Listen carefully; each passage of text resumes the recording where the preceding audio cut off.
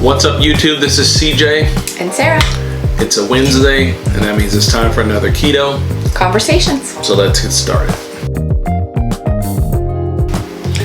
So this week we're coming at you with a topic. We've kind of covered this before. It's been close to a year. But it's been almost a year ago, and so we're going to kind of talk, maybe revisit it and go at it maybe a little bit of a different way. It's called 5 Things a Weight Loss Slowdown Can Teach You. So 5 things a weight loss slowdown can teach you. Sometimes it's called a stall, a plateau, whatever you want to call it. But we're going to find out what we can learn from it. Yeah, sorry for drinking coffee. I was, you were talking, I'm sorry. That's okay. You can drink coffee. I just went off into my own little world. Your own coffee world. So, number 1. So are we calling these stalls or not? A weight loss? What are we calling this? I said you can call it a stall, you can call it a plateau, you can call it a slowdown, you can call it whatever. Okay, I'm just going to call it a stall. So when I read my points, I'll call it a stall. You can call it whatever you want. All right. So stall can teach you patience, and that is good in some ways. Yes. Because if you think about it now, if we all want to lose weight probably as fast as we can, right? But if you really are realistic, it took you a while, probably years, decades sometimes, to put on the weight that you have. But for some reason, when we try to lose weight, we have this unrealistic approach that it's supposed to, or ideal that it's supposed to just come off. And if you thought about it super fast, if you thought about it realistically, you are going to lose weight more quickly than it took for you to put it on. Because most of us, it took a number of years, sometimes 20 years, to put on all the weight that we accumulated. And realistically, you are going to lose that weight in a shorter amount of time than it took you to put it on. But we're in a more impatient state because, let's face it, it's more fun to gain weight than it is to lose weight. That's true. And I think what happens is, a lot of times you put the weight on and you're not even thinking about it. It creeps on over a number of years. And like you said, it's probably a lot more pleasurable in a lot of instances, or at least we thought it was a lot more pleasurable at the time we were doing it. But if we dropped all of our weight all at once, say we just woke up and we were 50 pounds lighter, I would think that we would be less likely to keep it off because our body didn't learn anything. We didn't teach it new habits, and so that's where that patience. Ideally, and this is way before keto, ideally, people say that you want to lose 1 to 2 pounds a week. So, you're looking at, between 5 and 8, maybe 10 pounds a month. So that's not huge.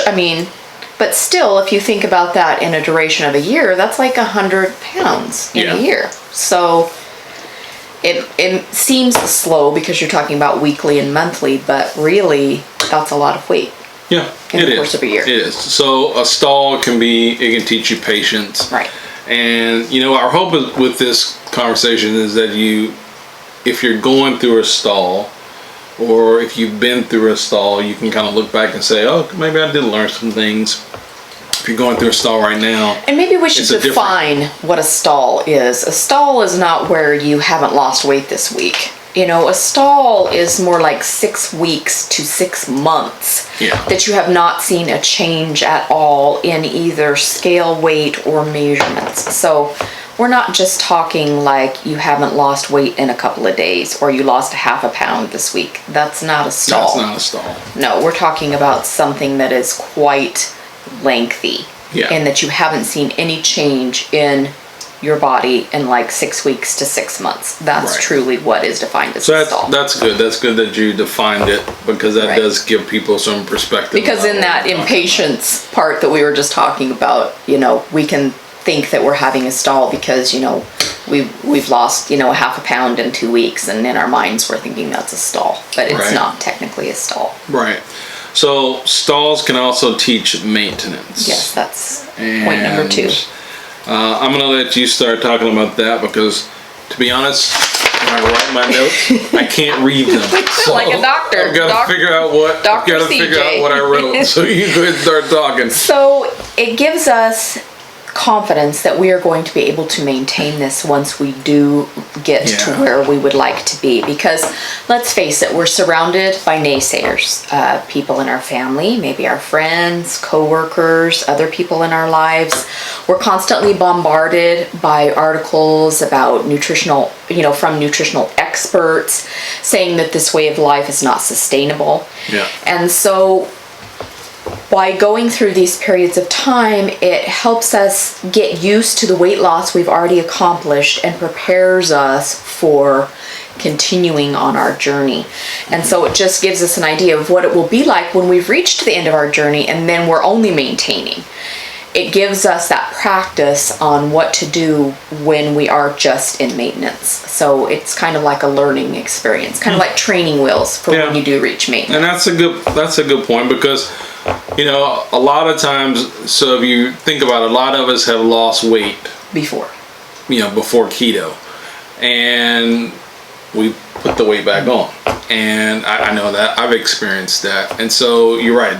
It teaches you maintenance because, you can sustain this weight loss. You can, because it might be going slower or it's slowed down at some point.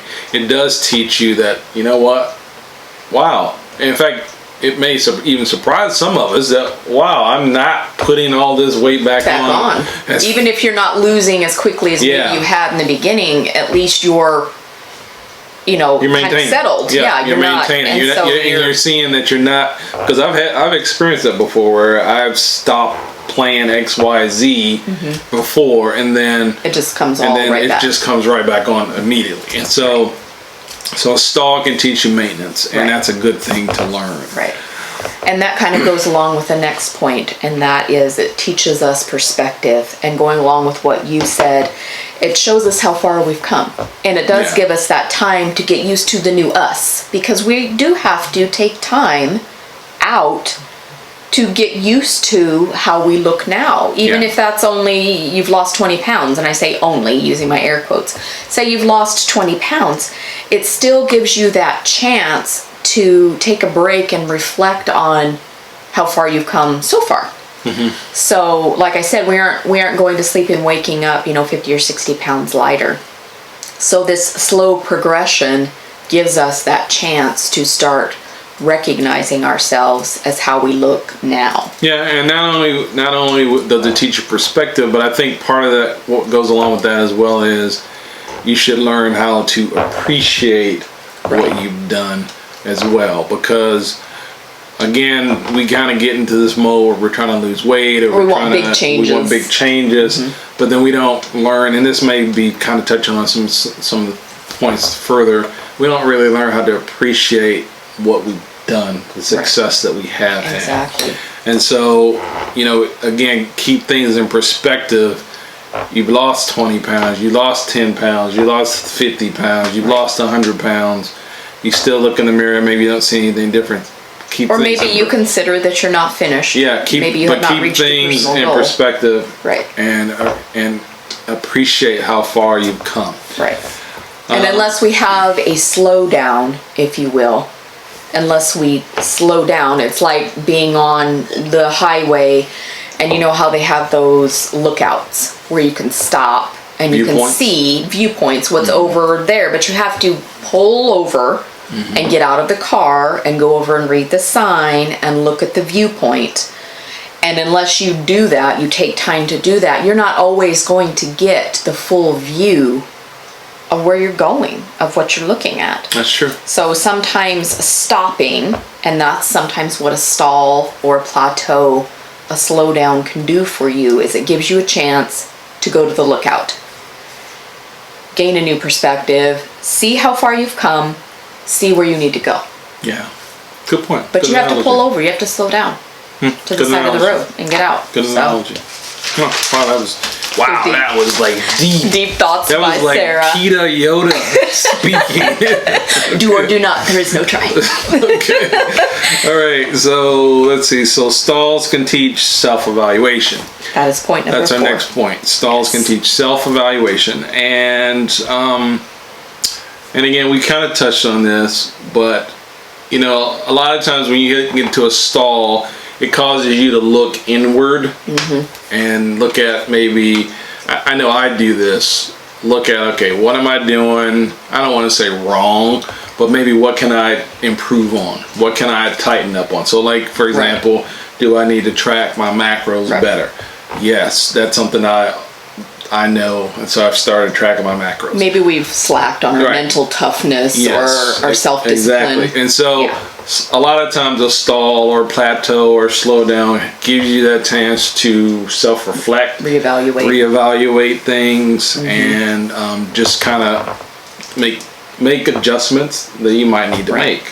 I guess you could think of it as a vacation from your weight loss. Sometimes you just need to like check out for a little while from the actual act of losing weight and focus on how are things going? Are there things I need to change? Are there things I would like to change?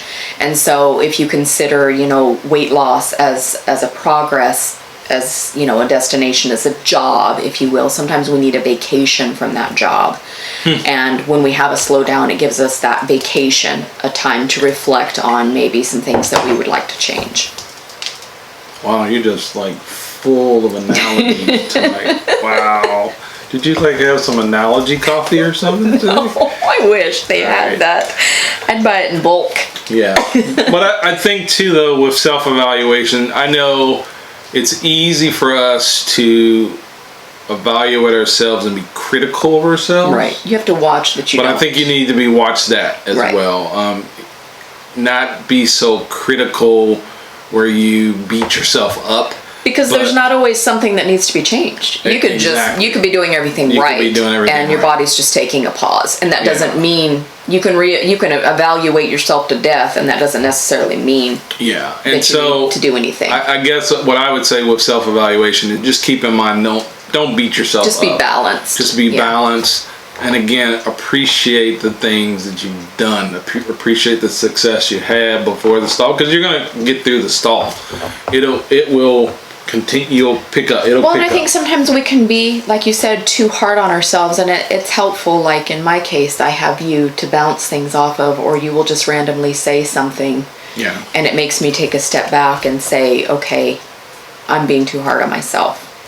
You're seeing something in me that I'm not seeing, and sometimes it helps to have another perspective, another set of eyes. And I think though with self-evaluation, it also helps with, you have to have self-discipline. I think you have to have self-discipline even to do self-evaluation. Yes, you do. You've got to have a bit of discipline to be able to look at yourself inward and say, okay, what things do I need to Because we don't want to look at our weaknesses necessarily. But that takes discipline, and then it really takes discipline then to make those corrections. Right. Because this is a daily thing, which kind of leads us to the next point. Stalls can teach us endurance. Yeah. And again, keto. This is a journey. Right. That's how we look at it. We look at it as a journey. Right. And it's a journey we're going to be on probably forever. Well, because even it's a lifestyle that we've chosen. When you reach your weight loss goals and you have settled in on how you want to be, whatever that is, for each person, it's individual. Right. You're still not done, because then you still need to maintain this way of life in order to maintain your weight loss and to continue with the good health that hopefully the ketogenic diet has brought you. So you're never going to be done, really. I mean, you'll reach your goal weight, hopefully, but even after that, you are still going to have to show endurance and maintaining what you've already done. Yeah, that's true. You're gonna have to, because you're not going to be able to go back to the way things were before and expect nothing to happen. Right. I think though too, when let's say you get to the point where you've gotten to to where you want to be, whatever that looks like for each of us. You know, I think about me personally. I guess when I get to that point, I'm probably, so now I've lost all this weight and I've gained all these health benefits. You know, in my mind, I can say, well, okay, what should I do now? So I need to maintain, but then I think, you know, myself, I think about saying, okay, well, maybe I still need to become more flexible. Right. You know, maybe I'm still, so now I've lost all this, my joints feel better. Maybe I want to take part in a half marathon. Yeah, maybe I want to, right. Because, take up gardening or whatever. Yeah, because I've lost all this and I feel so much better. And now I have all these other options that maybe I didn't have before. Right. Just because I couldn't do them for whatever reason. Because this weight held such a strong place in holding you back in a lot of the things that you wanted to reach out for. Now that stumbling block is gone, it opens up new opportunities for you to do other things, and then you'll have to think about what those other things are and set goals to reach those. So hopefully, if you're progressing as a human being and not just someone changing their way of eating, you're always going to want to reach out for something. For some kind of goal. Something that you would like to do. Because that's what keeps you going in life. Yeah. So a stall can teach you endurance. And it can teach you long-term, long-haul thinking about keto, about life, just in general. It can give you tools for your toolbox. Yeah. Yeah, because, I mean, let's face it, and I think you just said this is going to be a journey you're going to be on probably for the rest of your life. To maintain what you've lost. And again, part of what we do with the recipes is to give you options so that you can maintain it. Yeah. So that you can continue. That you can still enjoy food. Yeah. You can still eat the things that other people eat. You can still have parties and get-togethers and barbecues and birthdays. Right. And you don't feel deprived.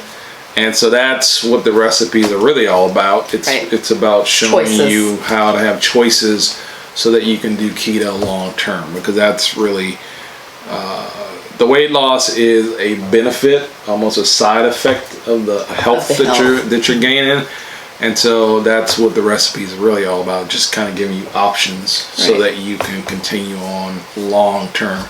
We love getting comments from people who talk about they made a dish and their families don't know what they're eating and asked for seconds, wanted the recipe, whatever the case may be. They were able to introduce them to new foods, and it's become something that they can share. Yeah. Isn't that what we all want? We all want memorable foods. You know, even I know I have childhood memories of things that I ate, that my mother made, that my grandmother made. You probably have things that your mom made, or, you know, other people in your life have made for you, and they're fond. And so we want to continue to still make those memories for ourselves and our loved ones. And so that's what we try to do with the recipes that we create. So we hope that this week's message, it feels like it's a little short. I don't know. Because usually we talk and talk and talk. But again, we're going to try to give you a different perspective about if you're going through a weight loss stall or a plateau, whatever you want to call it, slow down. You know, there's a silver lining in that as well. Yes. And just we want to help change that perspective. So again, you can continue on and make it from, to the next point in your keto journey. So if you're new here and just stumbled upon this channel, this is our Keto Conversation segment that we do every Wednesday. We do new recipes every Sunday. We're working on a new recipe for this Sunday, and every once in a while we do product unboxings with the Keto Crate. Probably next week it'll be well. Yeah, we'll get our Keto Crate probably next week, so that'll be one for next week. But anyway, consider subscribing. We hope that you can consider being part of our keto family, and that you'll come back. If you've learned anything from a stall, let us know, that maybe some things that we didn't cover. But again, we want everyone to have success in their keto journey. So we hope that you have a great rest of the week, and we will talk at you later. Bye-bye. Bye. Peace. Peace.